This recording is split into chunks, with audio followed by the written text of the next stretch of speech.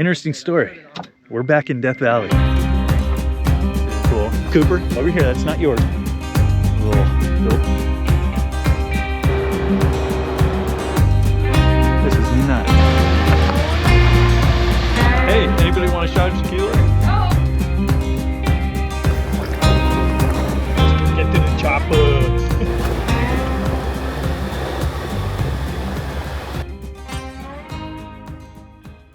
Brian and Melanie reached out to us and said, hey, you guys need to come to this Death Valley event. It's about 4 days down here. We camped at Ballarat Ghost Town last night, right next to the cemetery here. If you've never heard of Ballarat, they actually filmed part of Easy Rider with Peter Fonda and Dennis Hopper at this location. No ghosts, just a cemetery, no ghosts. Cooper, stop eating mule poop. There's a lot of mules out here. Leave it alone, buddy. And I think we're gonna go explore some places we've been before, and some places that are new. We're testing out a new rooftop tent. We'll see how this goes. I slept really good last night. It's actually got an air foam mattress in there, and we have a topper, a cloud topper from FSR that goes on there too. And I gotta tell you, that was pretty freaking comfy. I think we're supposed to head over to Stovepipe and some other places, but this is a really cool group. We met a lot of these guys at 395 Junkies event, and man, we really like hanging out with this crew. Just awesome people. All right, so you guys got to get a look at Eric's rig here. This thing is awesome. He's got this thing set up so well. Terraflex springs. He's got some Curry axles on this bad boy, which is really cool. Cooper, over here, that's not yours. But this thing is set up so nice, man. I was looking at this earlier. Hey, over here, guys. Yeah, Curry axles front and rear, Fox shocks, bypass shocks, piggybacks, and this is a diesel actually, so he's enjoying some really good gas mileage compared to us. He's pulling a trailer, big trailer, and this dude's getting better gas mileage than we are, and you can see the size of that trailer. That thing is a beast, and he's on 40s. I'm really freaking jealous of this setup, man. It's got the Rock Slide Engineering sliders, which is really cool. I tried to talk Noelle into that because I thought she'd like being able to get up and in and out of there really easy. But yeah, and American Adventure Lab stuff in the back, drawers just like we have, which is cool, but a different slider. So I think he's got a slightly bigger fridge, which is really cool. But yeah, I'm a little jealous of that rig. That thing is crazy. Metal cloak there too.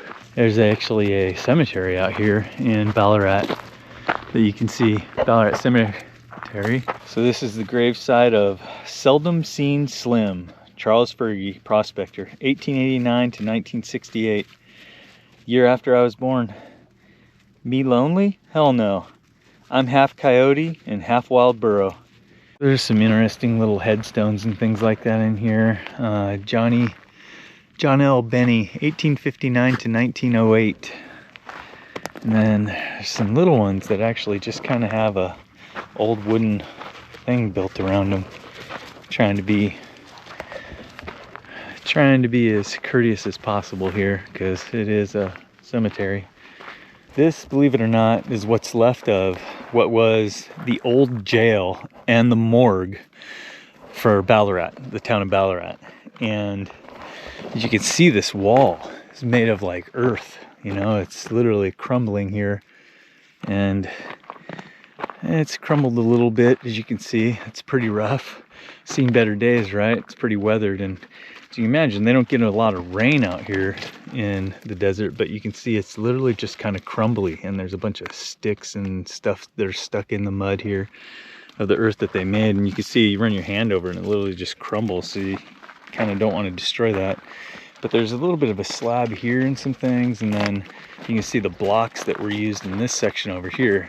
Yeah, jail and morgue. First person to utilize the morgue was an engineer from Lone Pine, maybe? Somebody named Ibbings, and he died from eating a can of tomatoes that spoiled and became poisonous. Not so good. Man, not much left of this one. A wall, and the other wall over here is completely crumbled. This old piece of lumber that was stuffed in it, I don't know how long that's been there, and you can see some chunks of old lumber, like it almost was like front porch over there or something. And then the back wall here is just nothing but a pile of crumbling mud. Now if you guys can hear that jet, fighter jets rip up and down the Panamint Valley right here from the Navy base. And man, they are on the deck. They are so low, it's crazy. And they are doing some incredible maneuvers out here. Clearly a training ground for fighter pilots and stuff like that out here in the desert. Those are pretty big timbers, so I can only imagine what this was used for. But if you look at this, there's literally pieces of fibrous like roots and wood and stuff stuck in the mud here. So when they put this together, they were literally cobbling together some mud. And Ballarat was born in 1897 following the discovery of the Radcliffe mine in Pleasant Canyon. Its namesake was the famous Gold City in Victoria, Australia. It was never a very large town. It served Panamint Valley and Death Valley as a miner's supply and recreation center. You know, Panamint City is not too far north of here, actually, which was cut off from civilization by some floods some time back. And that's an interesting story, too, if you read about Panamint City.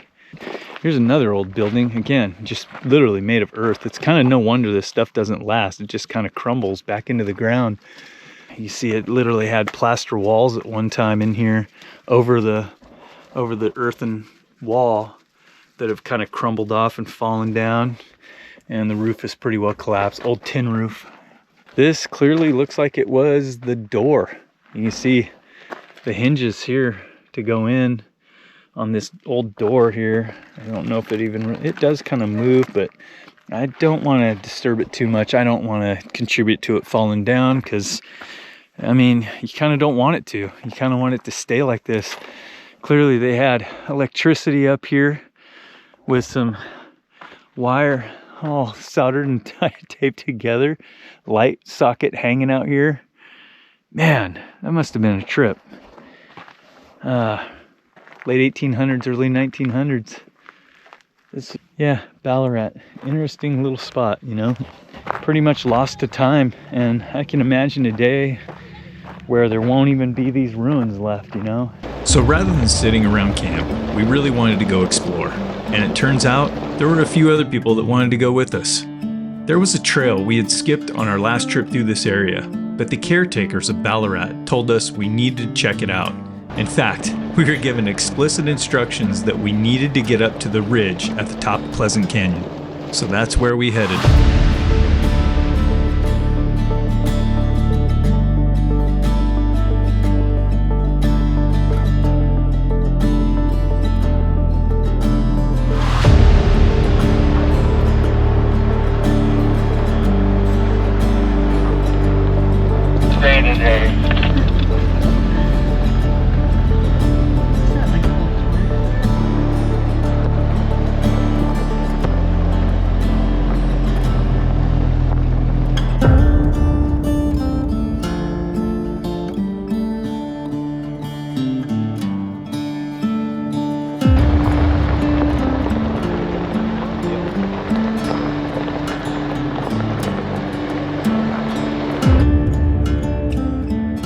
If you're enjoying the video, don't forget to hit that like and subscribe button. We really appreciate it. Yeah, so we're back in this canyon a ways, and I'm guessing this car probably met its demise tumbling down from the road above, but that is a pretty old car. Looks like maybe 1940s or something like that. And you see the ground cable on the firewall still attached right there. That is pretty darn cool.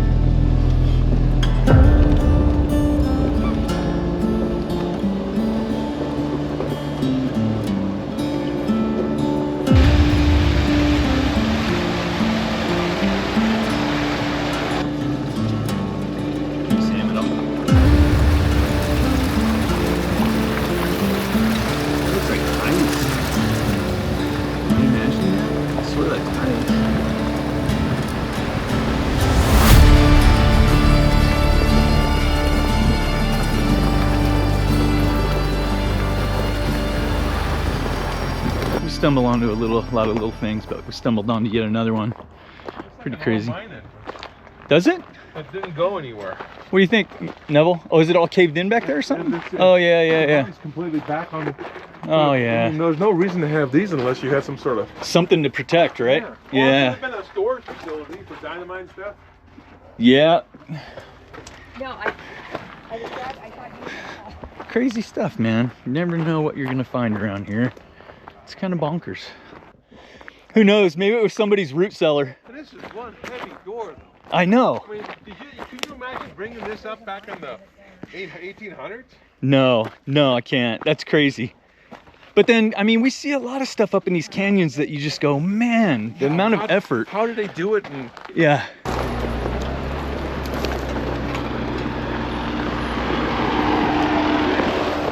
Just found some more cool stuff up here. Man, I don't know what the heck that is, but it is some heavy equipment. Look at the size of this stuff in here. I don't know what they were doing with this, but that is pretty freaking cool. You can see where it's attached to the other side, all the way across on the other side of this little canyon, some stuff. But man, they've got some big, heavy equipment up here. This is nuts. Man, I don't know if you guys can tell how big that is. Yeah, that's pretty big. And man, they cut that out. They were definitely tumbling some stuff in there. You can see everything coming from up above right here. Some big timbers, man. Holy cow. Really big. And then there's a big old mixing pot looking thing. You see the pinion yoke up on top to drive it. Pretty cool. I've seen small versions of this stuff before, but this is pretty big. This is pretty good size here.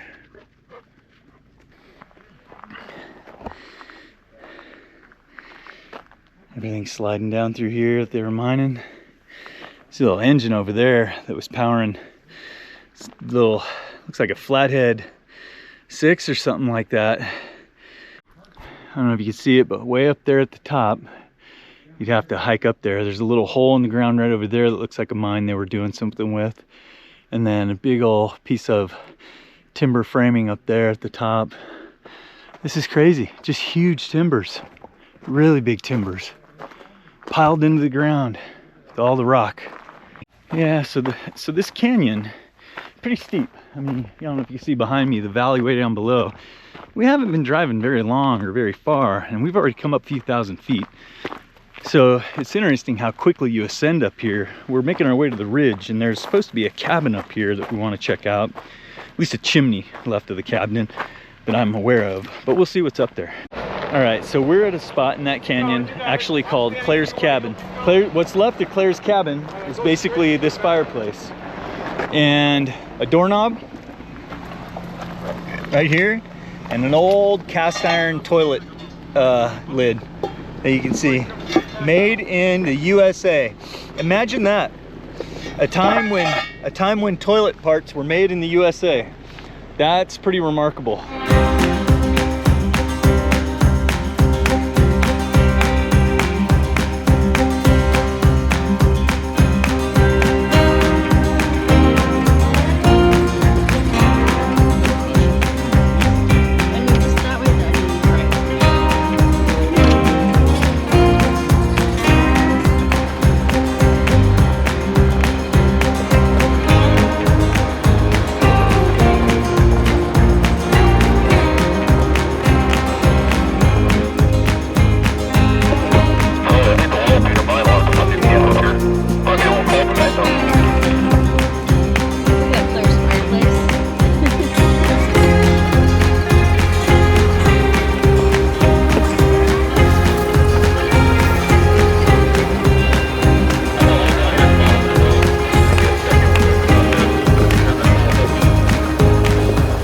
So we're actually at Worldbeater cabin, and well, there's Worldbeater mine, and there's a cabin here at Worldbeater as well. And guy, caretaker here, he's been working on this place. He's been kind of taking care of it for about 18 years, he said, which is pretty freaking cool. But this old place has been here a long, long time. And again, we're still making our way up the canyon here and finding some stuff. And yeah, this was a active mining claim back in the day. I'm pretty sure I saw a video with Daniel flying his drone right out this door right here. He went through? No, he just was standing here and he launched the drone right here and flew it out the door. Yeah. A drone? Yeah, it was a little drone. Yeah, it was pretty cool. Or how long have you been coming up here? About 18 years. Wow. This guy's, yeah, and I started Pretty cool. I put these doors on here and I did some improvements. No shit. And I didn't really understand the whole thing either because, we just come here, no one's here, we hang out. First time we were camping up there, chucker hunting in January, and the wind came up and it was cold. We're like, man, let's go look at that cabin. And we walked in here, like, I wonder if she could build a fire. We did. Build a fire here, make some martinis. I'm like, That's awesome. this is where we're staying. So we started coming up here a lot. Yeah. And if some years are better for the birds, birds are awesome this year. So you guys are okay if somebody else comes up with it? Absolutely, yeah. I mean, my thing is like, if I'm here, I'm staying. So this right here, guys, is proof that hospitality is everywhere you go. It's alive and well, It's alive and well. I love it. We are in the middle of freaking nowhere. Roll up on a hunting cabin, and this guy literally is, hey, anybody want a shot of tequila? There is the road that we came up on. It circles around back up here, and the mine back up over this ridge called Worldbeater Mine is supposed to be a huge mine with some really deep holes in it and stuff like that. We won't get there today. Maybe it's a time to come back to and explore, but there's apparently a lot of bats in those caves and stuff like that too. So just fun to run into stuff like this out in the middle of nowhere. Pretty cool. All right, so we just left Worldbeater mining cabin, and the guy, Brett, the caretaker there, who owns the mining claim, said, hey, you're only about 5 or 6 miles from the ridge. It is going on 340 right now, and we're only able to go about 5 or 6 miles an hour in here. So I think that unless the road improves, that puts us up there around 4:30 or something like that, I'm guessing. I don't know, we'll see how it goes. But it's short days, it gets dark around 5:30 or something like that. So we'll probably be coming down this canyon in the dark tonight, but we definitely want to go up and check out the ridge because everybody said, get to the ridge, get to the chopper.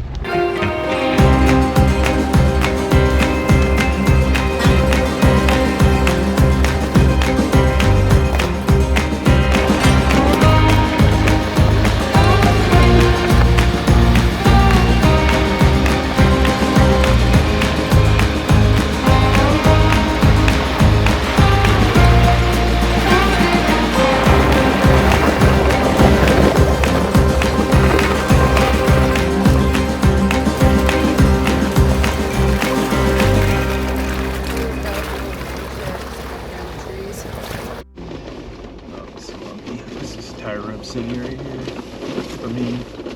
So I'll put my bump stops back in. Rogers Pass is where a young pioneer named John Rogers, along with William Manley, escaped the treacherous Death Valley after a group of lost 49ers got stranded during the California Gold Rush. They climbed over the Panamint Mountains here to bring back supplies and rescue the rest of the party, thus giving the valley its infamous name, Death Valley. Those look cool though. You can see It's really cool. all across the valley. Yeah, it's pretty cool. Oh, and that so you can see. Oh, so you drive up that ridge. Slow down. Yeah. So if you drive up that ridge, you can probably see up too. I can tell from up here the ridge on the other side has a better view. We're looking at it if you were to head up that other side, but from right where I'm sitting right here going down, it's a pretty epic view over there, but at the very top the view's not that great. Alright, sounds good. I can stick with you, Jeff, if you guys want to check out that other ridge. The rest of the group's going to be heading back. Sounds good. Be safe, guys. Maybe we'll catch up with you. See that, brother. God bless. Yeah, I don't know. That looks steep over there. Yeah, Eric's This is where things are a bit different when we're with a group. Typically, Noelle and I don't save anything for the way back. In fact, We almost never return to a previous location. Rather, we just keep going until it's time to set up camp again, which allows us to explore a lot further. We're going to go check out the steep ridge on the other side.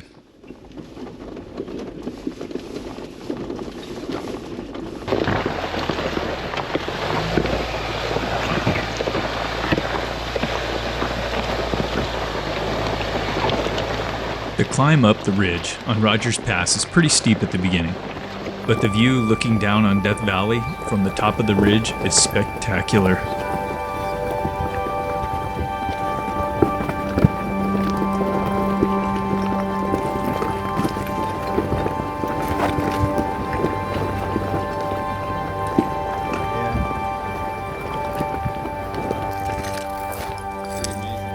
Yeah. The views. Yeah, the views. I'm pretty sure that's Badwater Basin all the way over on the other side of those other mountains. This is one of those places that makes you feel really small and alone. Might as well be on another planet. Honestly, I wish we could have set up camp right here that night.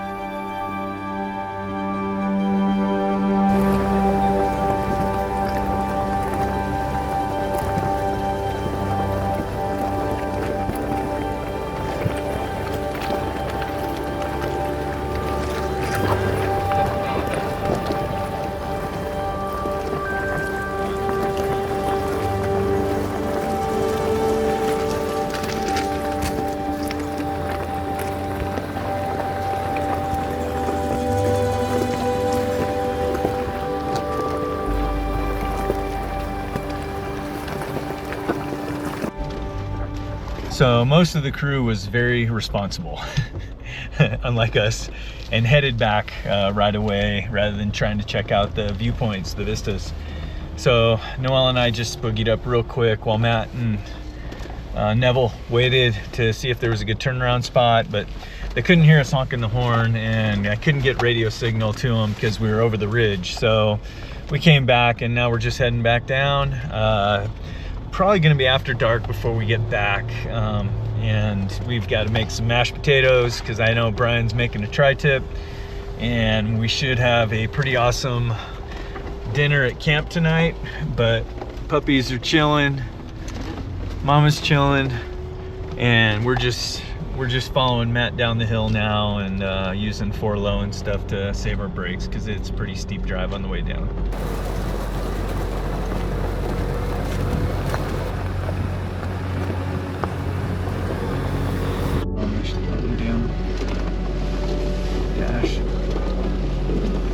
I got it with my...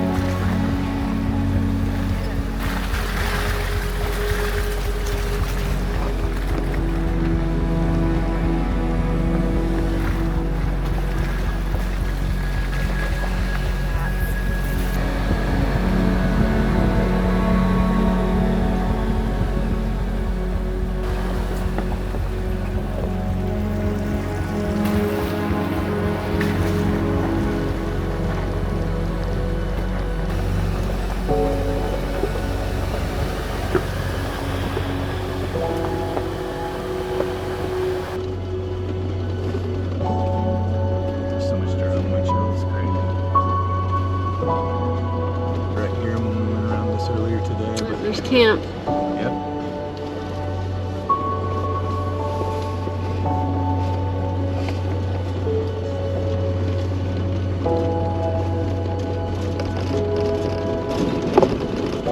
Well, that looks like it might be the circle of wagons down there. Or something. Should be.